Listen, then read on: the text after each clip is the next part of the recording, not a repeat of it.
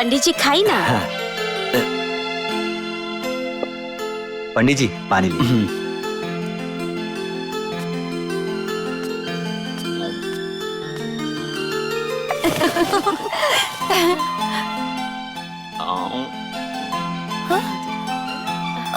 पंडित जी का आयल हवन, चले देखी।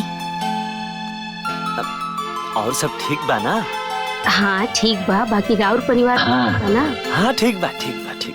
दीदी हाँ सवेरे सवेरे पंडित जी के काहे बोलवलू? हाँ, घर में कोनो पूजा करवाओ तो रुका दीदिया। अरे ना रे नादान गुड़िया, हम पंडित जी के कोनो पूजा पाठ खातिर ना बुलौनिया। हम बुलौनिया तू दोनों के शादी के बात करे खातिर।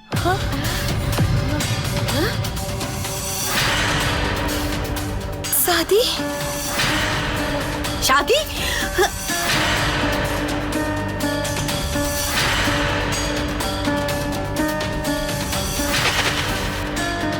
पंडित जी ये दोनों हमार बहन हिया, हमार आँख के तारा, हमार जिए के सहारा।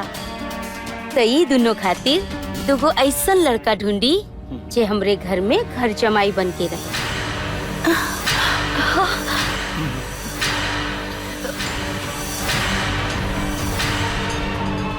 ताकि हमार दोनों बहन हमार नजर से दूर ना होए।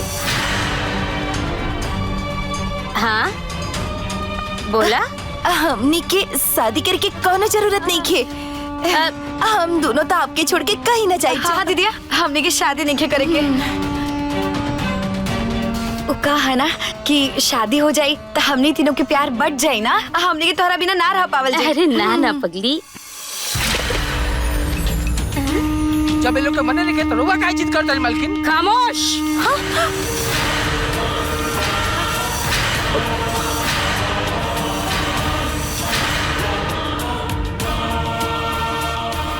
तोहार हिम्मत कैसे भइल कि हमरे घर के मामले में दखल देवे के?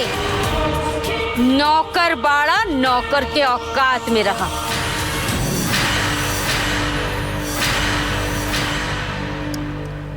ई दोनों हमार बहन है और ई दोनों के भविष्य के चिंता हमके बा। अच्छा बुरा समाज के हम खूब अच्छी तरह समझीला। ई दोनों खातिर का अच्छा बा और का बुरा हमके अच्छे से मालूम। ये से हम फैसला कइले बानी ई दोनों के बिया कराई।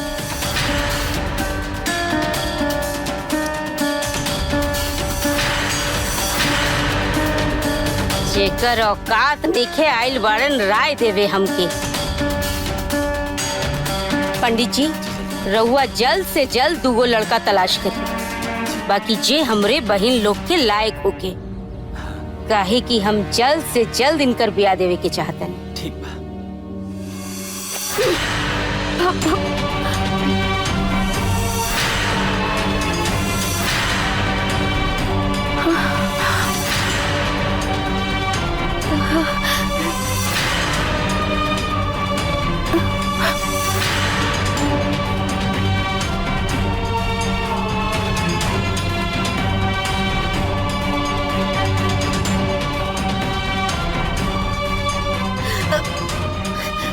दमाजी रउआ चुप काहे बानी? कुछ बोलत काहे नहीं खे? राउर माई के ड्रामा तो हद पार कर देले बा।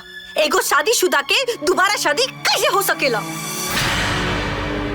रहुआ समझत काहे नहीं की? अरे हमरे माई का यादाश्त गई और यादाश्त गेला के वजह से इनकरा के अपन बहन मानत है और यही नाते उनकर ब्याह कराल चाहती है। तमन हम का करी? दमाजी देखी रउआ जोन हमने के ड्रामा करे खातिर कहनी हमने कहनी, बाकी अब हम अपना बेटी के ई ड्रामा शादीशुदा के ना करे दे, ना करे दे।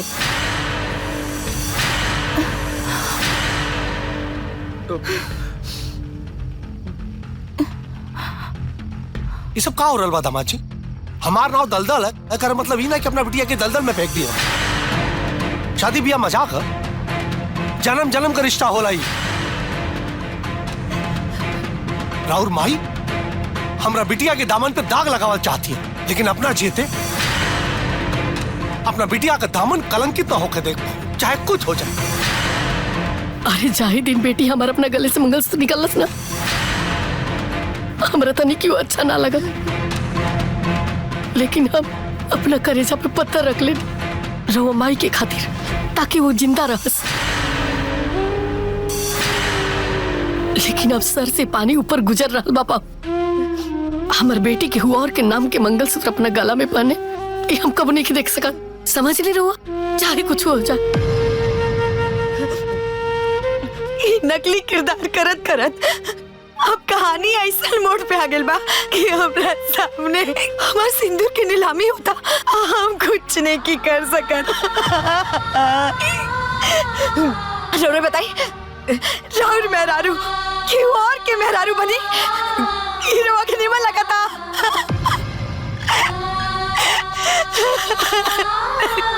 अरे बोली ना, खड़ा काहे बानी, बोली बोली ना, बोली।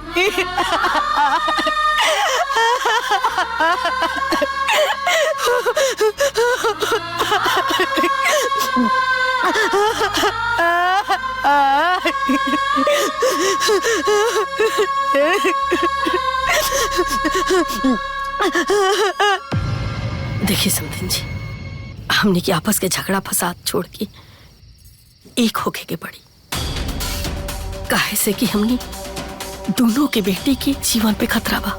तू सही कहत बाड़ू, इस सब फसाद के जड़ वो बुढ़ी है बिया। अरे अगर वो हमनी के बेटी की शादी केहू और से करा दी था, हमनी के बेटी के घर गृहस्थी खराब हो जाए।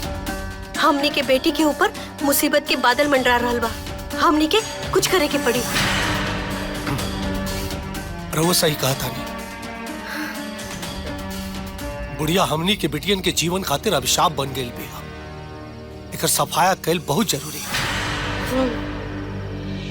अरे वो डॉक्टर कहत रहे ना कि बुढ़िया के अगर कोनो सदमा लगल तो टपक जाई।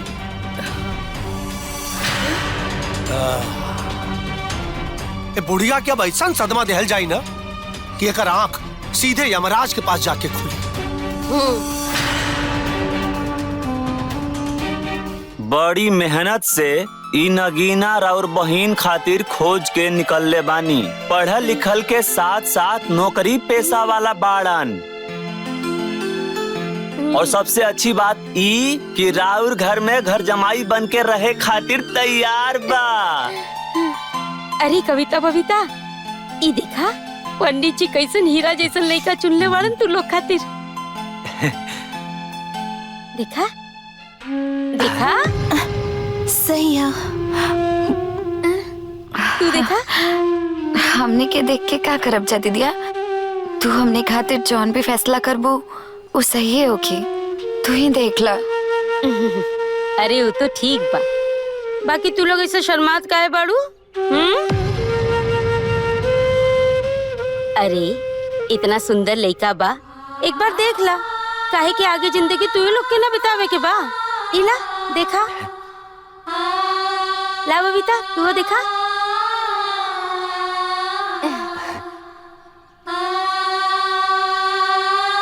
देखा ना, देखा बहन।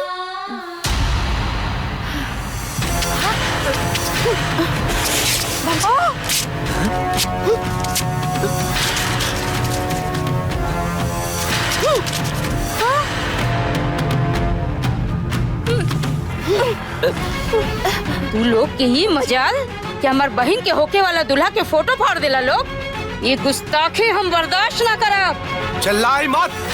हाँ? रहुआ आपले हमनी का गुस्ताखी ना माफ करत रहनी है। हमनी रहुआ का गुस्ताखी अपने माफ करत रहनी है। अब ना बर्दाश्त हुई, हद हो गई। अब आज हम तोरा के सच्चाई बता के रहब। आज हम तोरा के सच्चाई के दिया दिखा के रहब। ई तोहार झूठ के दिया के बुझा के खत्म कर देब हम। अरे क्या बोलत रहुआ, चुप हो जाई। अब मालकिन ऐसे बोलो मत। अरे हुआ सभी से हम हाथ जोड़ के विनती कर रहल बानी, चुप हो जाए लोग, नाता हमनी के सब कियल करायल पर पानी फिर जाए। आज हमनी के चुप नहीं रह सकत। आज चाहे धरती फट जाए, आकाश गिर जाए, कुछ हो जाए, लेकिन आज हमनी के सच्चाई बता के रह जा। और सुना, तू जेकरा के अपन बहन कविता समझत बाड़ू ना, वो तो हर बहन कविता ना बल्कि हमार बेटी नागेश्वरी बिया। ना ना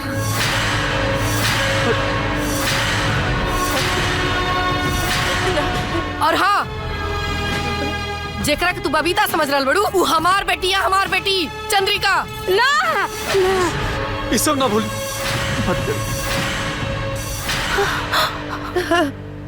और हाँ, ये दोनों राउर बहन ना, ये दोनों तो और पतो बानी। ना ना ना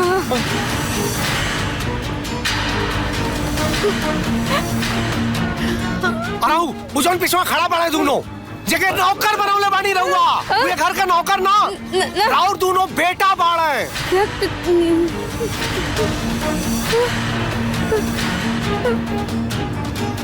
अरु भाई साहब, हाथ छोड़तन मत बोली। जौन बाड़ा वहाँ खड़ा, वो घर का माली ना, मालिक बाड़ा है, राउर पति।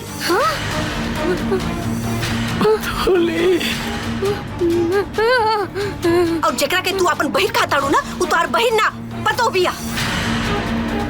जेकरा के तू रात दिन सतावत रहू, ओकरे साथे अत्याचार करत रहू। ना ना ना ना ना ना ना ना ना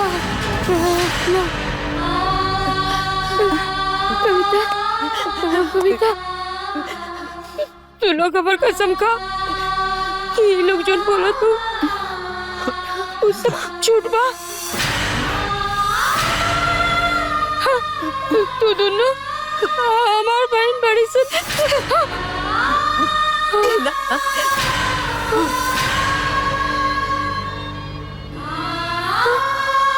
ये लोग जवान कुछ भी कहा था वो सब सच्चा। अब हमनी के दीदी ना आई, सासू माँ आई, हमने ये नाटक जानबूझ के कही नहीं।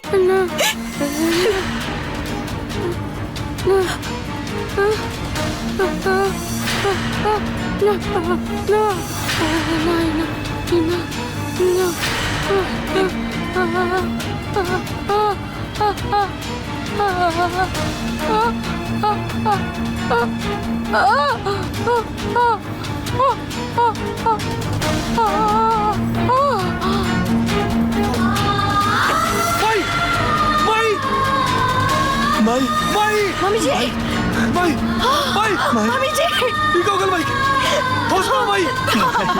जी, भाई खाओ गई। ए भाई, भाई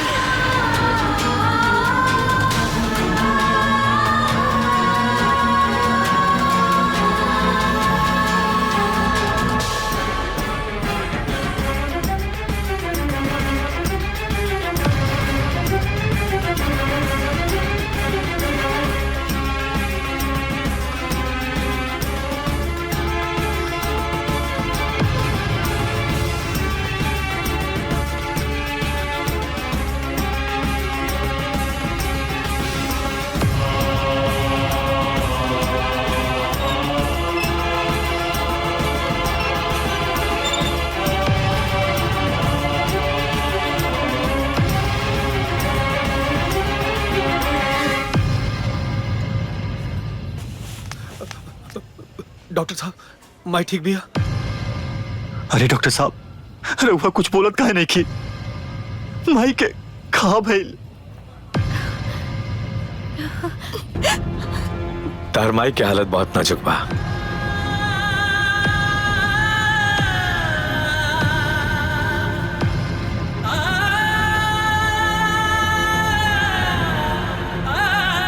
वो ऐसा स्थिति में जा चुकल बड़ी जहां से सिर्फ भगवान ही बचा सकेले।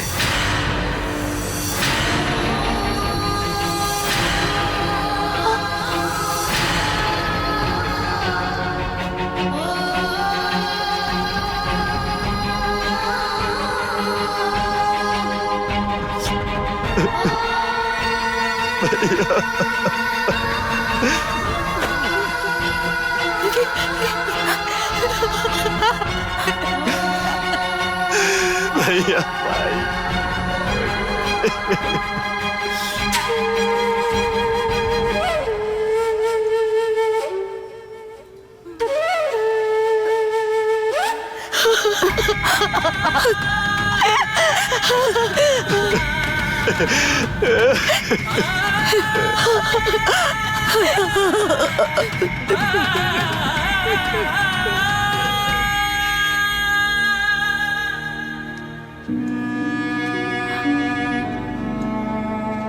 मम्मी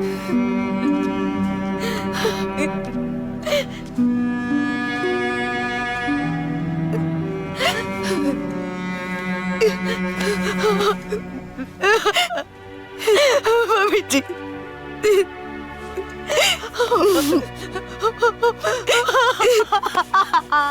माँ जी आप हमने के छोड़ के नहीं की जा सकत।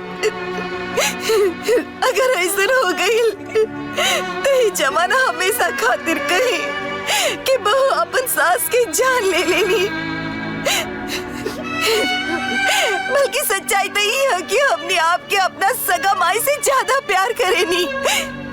नाटक की सही पर पिछला कुछ दिन में आप हमने के इतना प्यार दुलार देनी जितना कि वो सास दे सकेनी, ना कि वो माँ। माई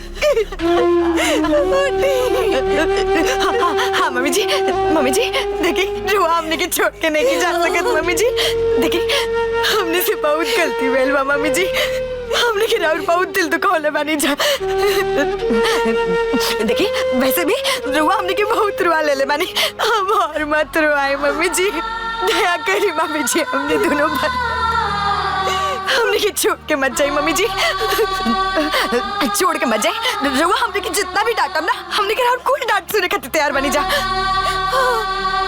बाकी देखिए रुआ हमने के कुछ भी सजा दी, हमने के और सब सजा सहल जाई। रुआ हमने के बहुत रुआ लेनी। अब और मत रुआए मम्मी जी। माँ अभी तो आपकी प्यार दुलार मिलल शुरू भइला। अब हमने के कोनो भी सजा दी, लेकिन अपन साया हमने के सर से मत हटाई। माँ हे महादेव आपके हमने के सासू माँ की जान लौटावे के हुई। महादेव रुआ के तो अनाथन के नाथ कहल जाला ना। बाकी आज रुआ हमने का नाथ नहीं कर सकत महादेव। अगर रुआ हमने के सासू माँ के जान ना बचावनी ना, तय बेरा मम्मी जी के जान के साथ साथ दुगो जान और ही जाई।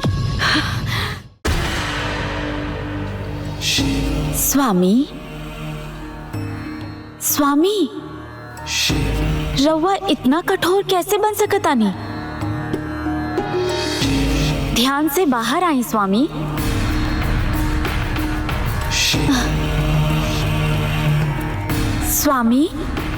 स्वामी ध्यान से बाहर आई स्वामी।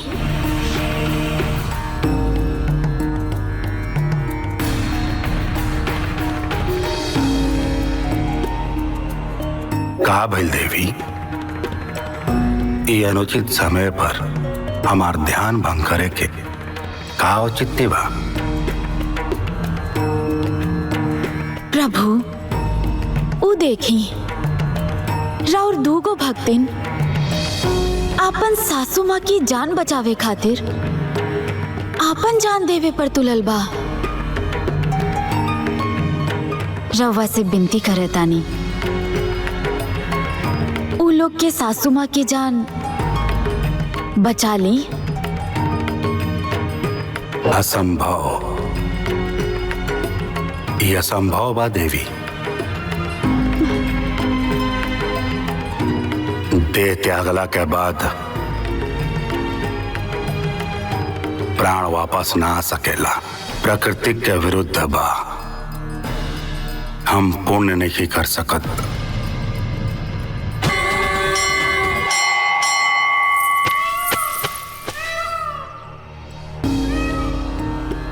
स्वामी रउआ नीलकंठ हैं। सृष्टि के रक्षा खातिर रउआ विष पी गेल रहनी। आपन भक्त मार्कंडेय के जान बचा के दीर्घायु कैनी। रउआ शरण में जे भी आयल वो कबो निराश होकर ना गए।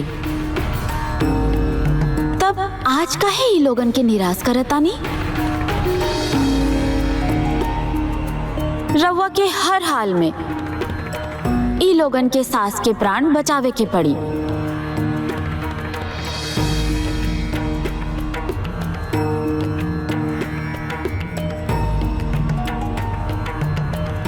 ठीक बा, मान गई नी। स्त्री चाहे भूल लोग के होखे या देवलोक के, उनकर बात हर हाल में पूर्ण कर ही के पड़ेला।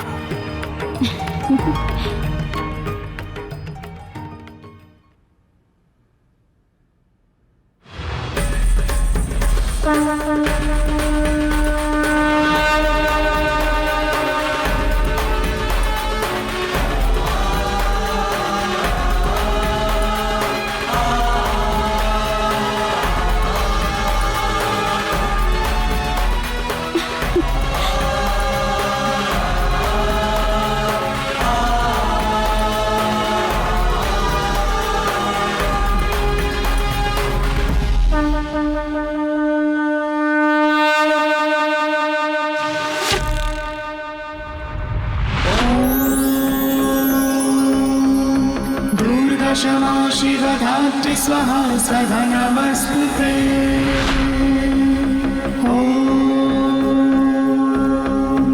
या देवी सर्वभूतेषु शक्तिरूपेण संस्थिता।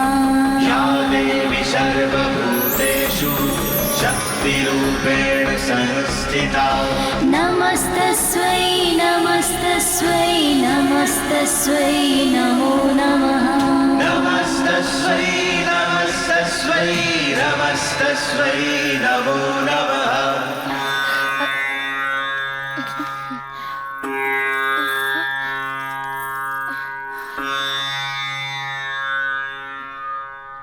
महादेव जी तोहनी लोग के पुकार सुन ले बानी।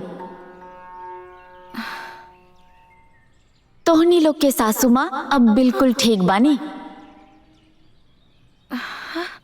हम वही हॉस्पिटल से आ रहल बानी।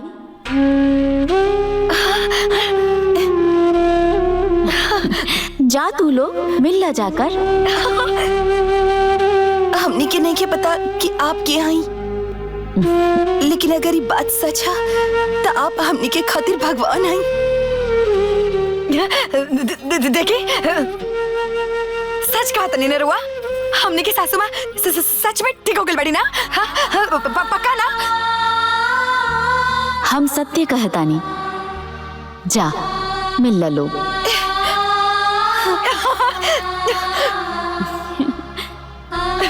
जा तू लोग।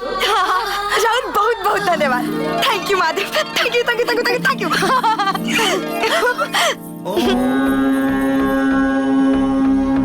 दुर्गा क्षमा शिवधात्री स्वाहा सदा नमस्तुते।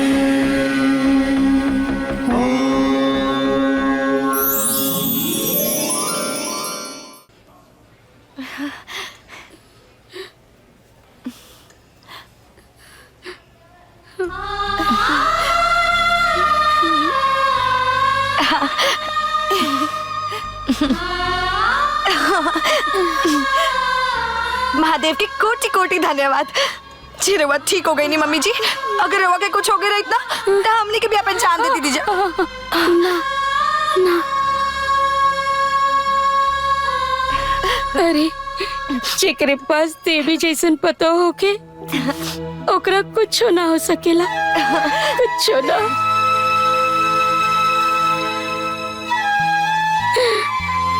अरे सती मौत के मुंह में से ने पति के जान बचा के ले आयल रहे और हमरे घरे दुद्दू गो देवी पतो बिया। तो हमके कुछ कैसे हो सकेला? हाँ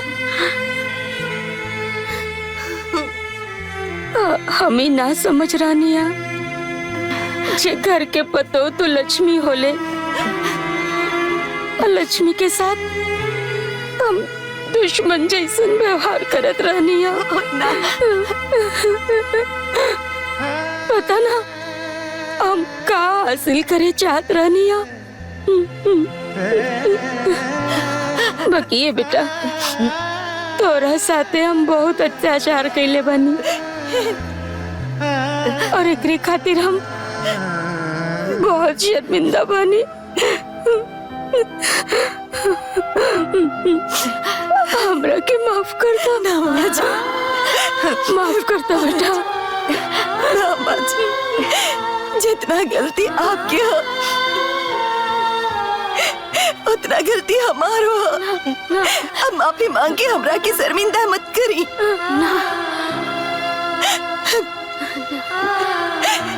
हमनी के भी आपकी बेटी के सुख देवे के चाहत रहे, लेकिन हम भी तो आपसे दुश्मनी निभावनी। माँ, हमनी के माफ कर दी और अपना चरण में जगह दे दी।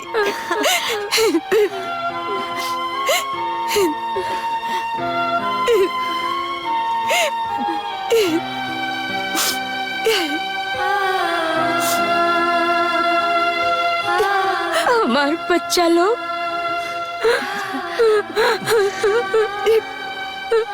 हमरा वजह से तू लोग के कितना तकलीफ भइल, अपन माई के माफ कर दिया।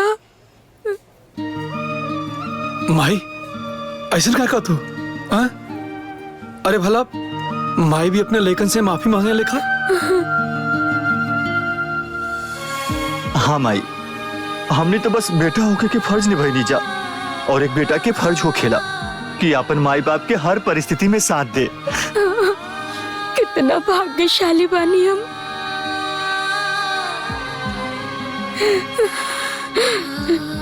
जी क्रांति, जाने अनजाने में जो हम राहुल दिल दुखैले बानी, ओकरे खातिर हमरा के माफ कर दी ना क्रांति। और अब हम राहुल आज्ञाकारी बीवी बन के रहो। ये हमार गलती के प्रायश्चित बा। हे भगवान, अब लगता हमारे घर स्वर्ग हो गई, और तू ये घर के यशोदा। समझें जी, घर बिगाड़े में हमने का बहुत बड़ा हाथ ना हो सके तो हम पति पत्नी के रउआ हमने के माफ कर दे। हाँ मंगला देवी, हम रउआ के बहुत सतोनी। रउआ हमरा के माफ कर दी।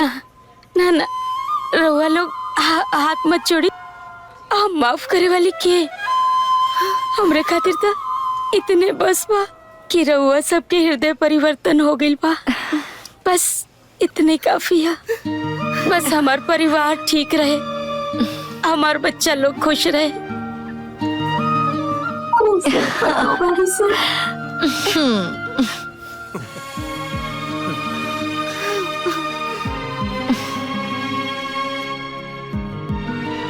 ए बड़की, चाय लेके आवा।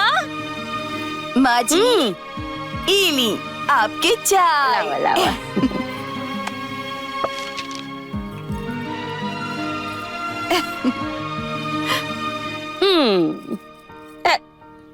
में शक्कर ही नहीं खे। अच्छा माँ जी, दे दी, हम 2 मिनट में चीनी मिला के ले आवत हई।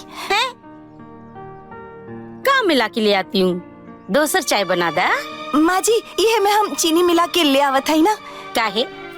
हम कहनी है कि दोसर चाय बना दा, तो का हुई? इमे दोबारा चीनी मिला दे तक का जहर बन जाई। हाँ? मतलब का दीदी, इतना दिन रुआ के शादी कैले हो गईला, मम्मी जी से कैसे बात करे के बारे रुआ के इहो तमीज नहीं है। अच्छा, तो तू छोट हो के हमरा के सिखाइबू के बड़ा से कैसे बात करे के चाहिए। काहे? अगर रुआ सीख ले तो छोट हो जाएगा। आ वैसे भी कैसे पता रही कि सासू माँ से कैसे बात करेगी, माई बाप से खले रहते पता रही। माँ बाप पे मत जाओ। हाँ? जाएगी, तू का कर लेबू? हम एकर मुंह नोच ले। अच्छा, तो हम कपार फोड़ दे। हाँ। तो हम तोहर जबान खींच ले। तो हम तोहर छोटा नोच ले। तो नोच के तो दिखावा। पहले कर मुंह नोच के तो दिखा। अरे पहले हाथ पे लगावा, फिर हम तोहरा के दिखाता हैं। सामने, आज सामने आ रहा है। मुंह पे खींच के दिखा। चलो बोली।